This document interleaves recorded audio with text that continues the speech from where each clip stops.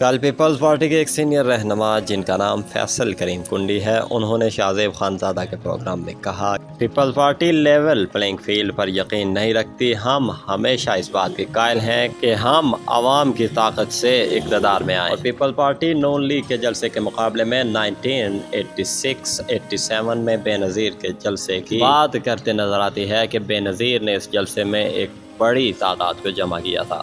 دراصل اس وقت کے حقائق کیا تھے؟ بے نظیر کس ڈیل کے تحت پاکستان تشریف لائی تھی؟ اور بے نظیر بھٹو لاہور میں تو تاریخی جلسہ کیا، لیکن بے نظیر بھٹو وہیں لاہور سے کیسے ہاری تھی، بتائیں گے آپ کو اس ویڈیو میں۔ 1985 میں جب پاکستان سے ضیاء الحق کا مارشل لا ہٹایا گیا، اس کے بعد بے نظیر بھٹو نے یہ فیصلہ کیا کہ اب وہ پاکستان جائیں گی۔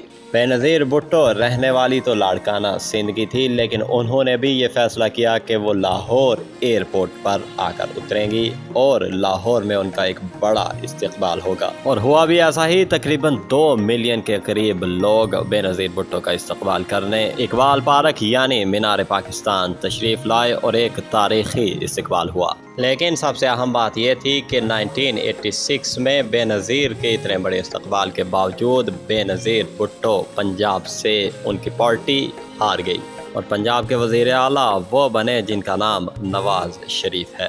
اور وہیں پر کچھ لوگوں کے مطابق بے نظیر ایک ڈیل کے تحت پاکستان تشریف لائی تھی، اور اس ڈیل کے بعد اور اس تاریخی استقبال کے بعد بے نظیر نے اپنی پہلی حکومت میں وزیر خارجہ صاحبزادہ یعقوب کو منتخب کیا۔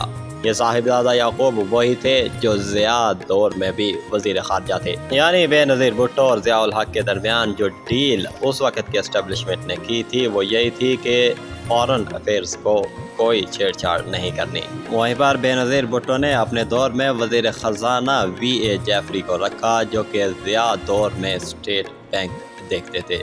اور یہیں تک بس نہیں، بلکہ بے نظیر نے اس وقت کے آرمی چیف کو تمغہ جمہوریت بھی دیا، یعنی کہ جو فوج پچھلے 10 سال سے اقتدار کر رہی تھی اسی فوج کے چیف آف آرمی سٹاف کو تمغہ جمہوریت دینا جمہوری جماعت اور جمہوریت کے ساتھ خود ایک بڑا مذاق تھا۔ پیپلز پارٹی آج بھی اس بات پر قائم ہے کہ وہ جمہوریت کی سب سے بڑی علمبردار ہے، لیکن حقائق میں جب جائیں تو پیپلز پارٹی کی سوچ بھی آمرانہ اور پیپلز پارٹی بھی اسٹیبلشمنٹ کے ساتھ ڈیل کرتی نظر آئے گی۔